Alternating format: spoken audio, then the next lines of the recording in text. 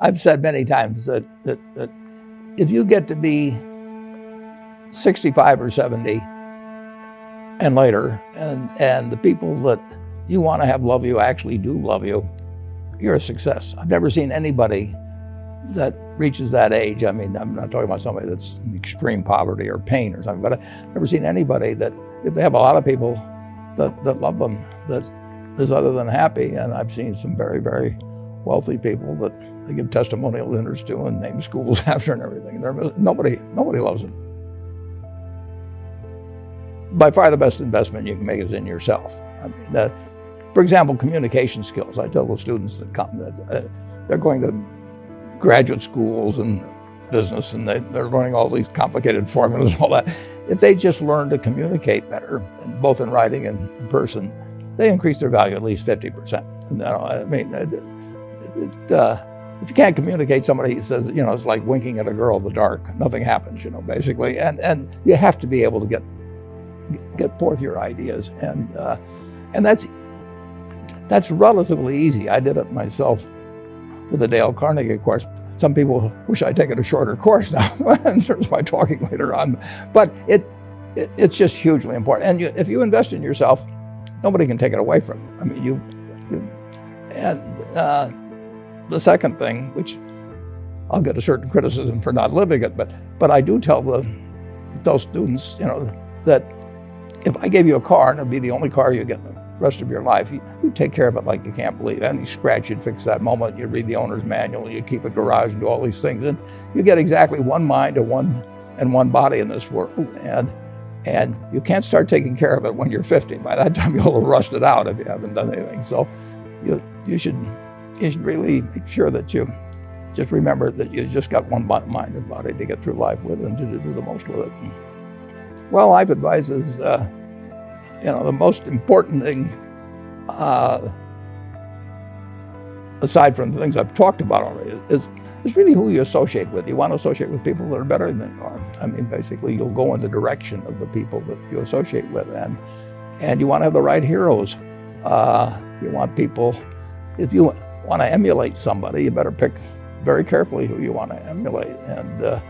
And when obviously you can't pick your parents, they're going to have an enormous influence on you, but you don't get a choice on that. But you get choices as you go down the line, and who you admire, who you want to copy, and the most important for most people in terms of that decision is their spouse. It's also important in terms of a partner in business, but the partner in life is the most important one. You want to pick a spouse that's better than you are, and then he or she, and you hope they don't figure it out too fast.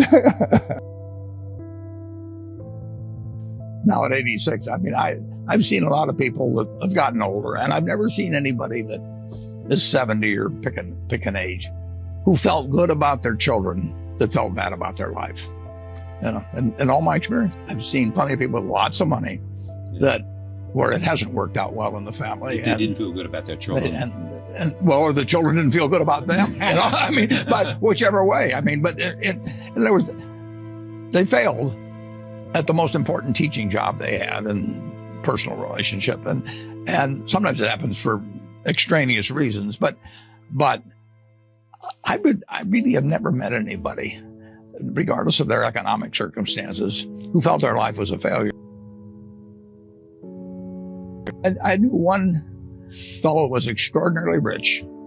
He put a lot of money in his kid's name. He didn't want them to have any control over it. Once a year, he would have dinner with them and try and get them to sign their income tax return in blank. Now, just imagine that, with, in this case, 4 kids, none of them, he wanted to have enough confidence in them or to have, it's just crazy. I mean, he would woo them during this dinner, and they knew exactly what was going on, and once a year, and then he'd bribe them sort of to sign their income tax return in blank so he could file and they wouldn't know what they had. I mean, that when you have adults, I've seen just time after time when people have been successful. I've seen plenty of the other too, but successes at business, a failure, and I don't think they feel that good about life. My most greatest satisfaction is just staying in good health. I mean, when you're 86, I mean, you look at this a little differently. I mean, I enjoy every day. The problem of trade is that the benefits are diffused and invisible. So you don't walk in and buy a pair of shoes or some underwear or anything, and it says you just saved 12% because this was purchased somebody. So 320 million people are buying things. The bananas come from Central. They're buying things cheaper than they would otherwise. But the harmful effects, taking somebody out of a job they've had for 25 years when it's too late to retrain them for anything, they're very specific and terrible. Now, what you want to figure out a way is to keep the societal benefits and take care of the people that really are they're the roadkill, basically, in this. And there will be roadkill. I mean, there's no sense kidding yourself. I mean, we started with a textile mill at Berkshire. Half our workers only spoke Portuguese. They worked in hot conditions, loud conditions, and they spent 20 or 25 years on looms. When textiles moved elsewhere, their lives, economic lives, were ruined. And that is going to happen. That is part of trade. And the benefits, whether somebody buys whatever textiles we were turning out, handkerchiefs or anything, they may buy them a little cheaper. And we've got to keep the trade benefits everybody, us and them. As a society, it penalizes certain people terribly. And we've got to take care of the people that are getting hurt because we've got the resources and to take care means what? It means that somehow you have to have some kind of, you got to have retraining and all that when that's feasible. But it isn't feasible when you only speak Portuguese and you're in New Bedford and you're 55 years old and you spent your whole life on a loom. You've got to make sure that person has an income that's commensurate. We can do it as a society, and we don't want to let the individual case prejudice against trade benefits everybody, but we also don't want to say because everybody's benefited, to hell with this guy. And we're rich, we can afford that, and we should do it. And that's how we'll get a good trade policy. Overall, in aggregate, our society will be far richer 10, 20, 30 years ago. And if you just take in aggregate, our children will live better. The real question is will it continue to leave lots of people behind? And a specialized market system will leave people behind. There is, if somebody is, however you want to measure it, 10% below average, there are opportunities in this world today have not improved at all, from 30 or 40 years ago. The classic situation is you take the Forbes 400 in 1982. Number one guy was Dan Ludwig. Your viewers have never heard of him. And he had $2 billion. Now that it'd be 30 or 40 times that. 30 or 40 times. And this, more highly specialized economy, year after year, different from that agrarian economy of 200 years ago, it's going to be more and more people at the very top winning big time. And it really won't do, absent certain types of programs, it won't do much for the person that really doesn't have any special skills for the market. The average person, or slightly below average person in terms of particularly market talents, is not going to do very well unless we have policies to make sure that they participate in some way. And the guys at the top are going to keep doing better. Pardon me? Policies from government. It has to be government. Government is always, the market system is this traffic cop. It directs resources, it directs brains, and it does a great job of it. But if it also directs all the winnings, it will continually favor more people at the top. Government's always government came in with Social Security, and government, redirects the winnings, so it isn't totally the market system that delivers the winnings. But I don't want to kill the market system in terms of producing things at all. We want more and more stuff, but there will be more and more people falling further relatively behind, and that's not a good result. We can afford it. We can do better. And in this country, if you took the Forbes 400, they had $93 billion in 1982, and they have $2.4 trillion now.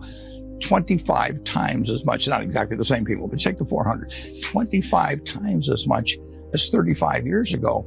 And believe me, that does not strike somebody that's working 40 hours a week and trying to support a couple kids on it and finding, and that their incomes remain the same or be is less, or they just aren't participating. Or they're threatened by forces they can't comprehend.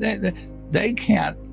The market system just pays more and more. Just think, say you're a middleweight boxer. I mean, in the 30s you were limited to, you wouldn't even get on the undercard at Madison Square Garden, and it was limited. But then television comes along, and cable comes along, and pay-per-view, and tens and tens of millions of dollars. So at the top, it's terrific.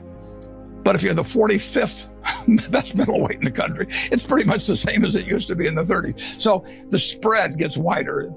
If you're Frank Sinatra, you're a lot better off if you've got television than if you just play at some theater in New York, like where you started. It's magnified, but throughout. I mean, if you've got a good business idea, you can get it capitalized and become worth billions just on the idea. So it's just tougher. Whereas, you go back to 1800, and if you were reasonably strong and willing to work hard, you were worth 90% as much on a farm as the very best guy.